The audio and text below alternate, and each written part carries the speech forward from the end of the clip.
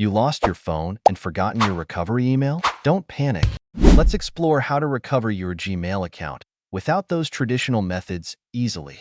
To recover your Gmail account, first, turn off your location. Then, open the setting of your phone. Now, scroll down and find Google.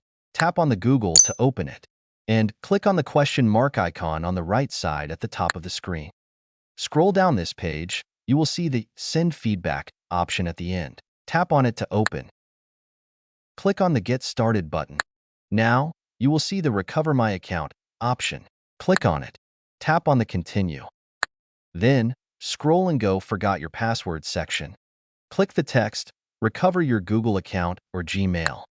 Now, enter your Gmail address here. Then, click Next. Tick the box, I'm not a robot. Click Next again. And tap on the text, Try another way. Now, you can update your password here. Tap on the Update Password text. Type your new password here. Remember, the password must be 8 characters long. And retype your password in the Confirm field. Click the Save Password button. Congratulations!